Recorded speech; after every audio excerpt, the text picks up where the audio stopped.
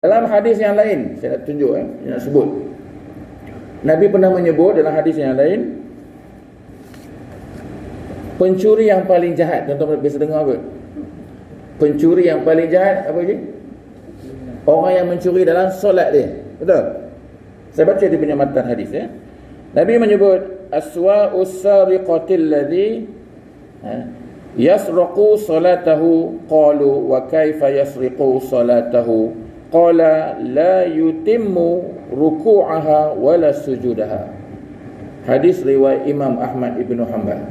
Yang bermaksud, sejahat-jahat pencuri mereka yang mencuri ketika solat. Kita pelik kan, macam mana orang curi waktu solat.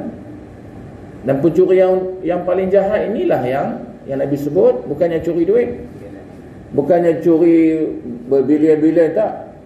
Itu pun jahat juga. Tapi mencuri dalam sembahyang, Nabi sebut paling jahat. Ini hadis sahih, paling jahat. Lalu sahabat bertanya, apakah yang dimaksudkan mencuri dalam solat?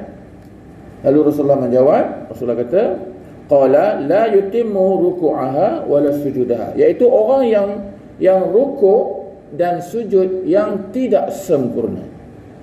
Nauzubillah, tuan-tuan dalam rukuk, dalam sujud, pastikan kita tahu macam mana nak rukuk, macam mana nak sujud. Terutamanya sujud lah.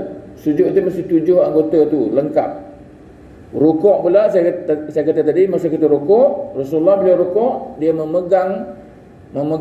meletakkan tangan dia pada lutut. Dia bukan tekan. Jadi maksudnya dia bongkok dan dia meluruskan belakang dia. Luruskan belakang dia. Itu satu. Dan masa rukuk pula dia ada tamak ninah. Tamak ninah ni mana? Diam sebentar. Dan tamak ninah ni hukum dia wajib. Jadi kalau orang tak ada tamak ninah, orang yang dia sujud, dia tekan kaki ke, ataupun dia jari dia tak luruskan, maka ini pencuri yang paling jahat. Nabi sebut dalam hadis ni. Tuan-tuan boleh semak, balik nanti tengok dalam Google, type pencuri yang paling jahat. Keluarlah hadis Nabi tadi. Ini mungkin dah tahu. Pak Leh dah dengar kan? Biasa dengar Pak Leh? Ada orang tak biasa dengar. Pencuri yang paling jahat, dia mencuri, bermaksud dia tidak menyempurnakan rukuk dia dan sujud dia. Saya nak tunjuk lah. Mic boleh.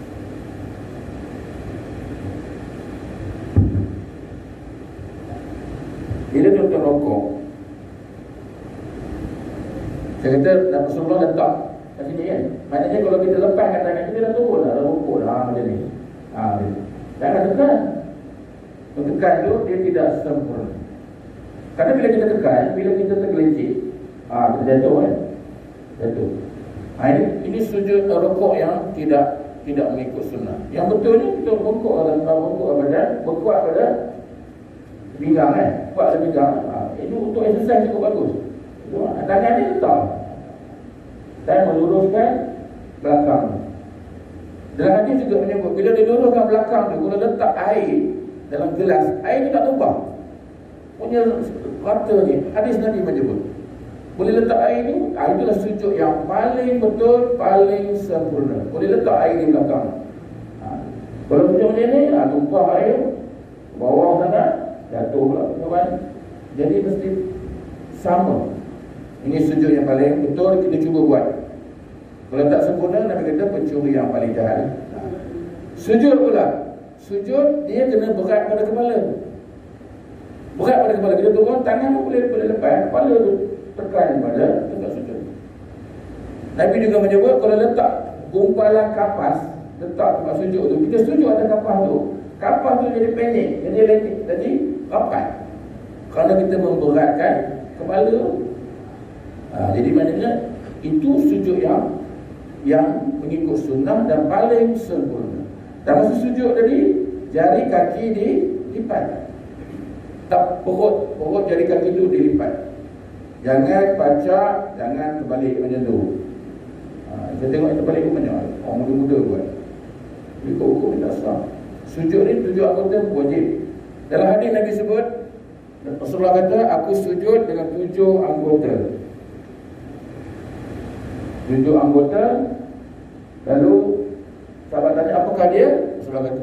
Rasulullah kata pertama dahi. Rasulullah tunjuk dahi. Satu. Kemudian dua tapak tangan. Masa sujud dah dua. Kemudian dua lutut. Dah lima kan? Dan dua jari kaki yang dilipat. 7. 1, 2,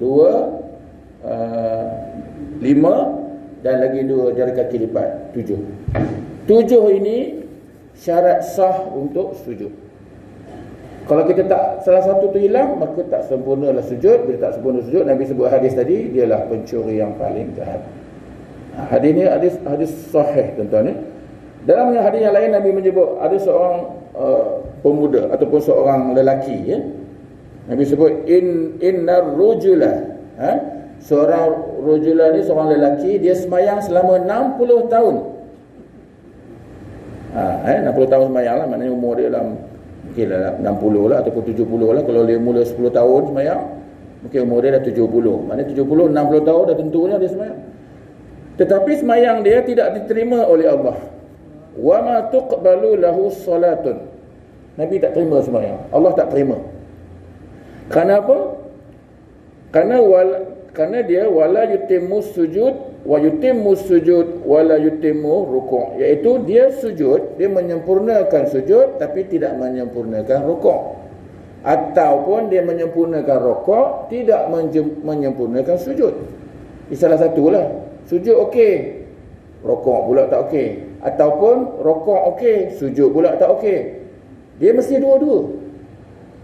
Kalau dua-dua sempurna, barulah dia tidak dipanggil pencuri.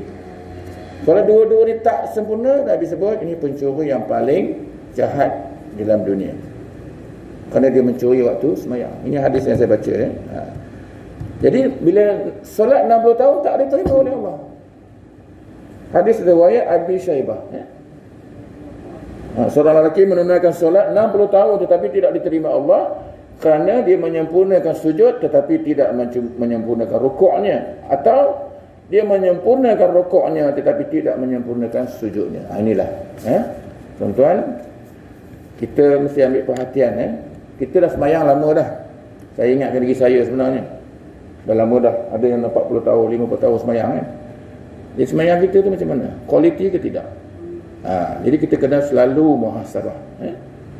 Rukuk kita tadi mesti betul, sujud mesti betul. Kalau tidak, inilah yang disebut tadi. Itu belum lagi pergerakan. Belum bergerak lagi, imam bergerak kita bergerak. Allahu Akbar. Banyak. Dalam permasalahan semayang ni tuan-tuan, 1001 masalah yang kita kena tahu dan kita kena melazimi dia. Kena sentiasa belajar, kena ada soal jawab, bertanya. Baik. Jadi saya rasa sekadar tu dulu. Saya buka pada soalan.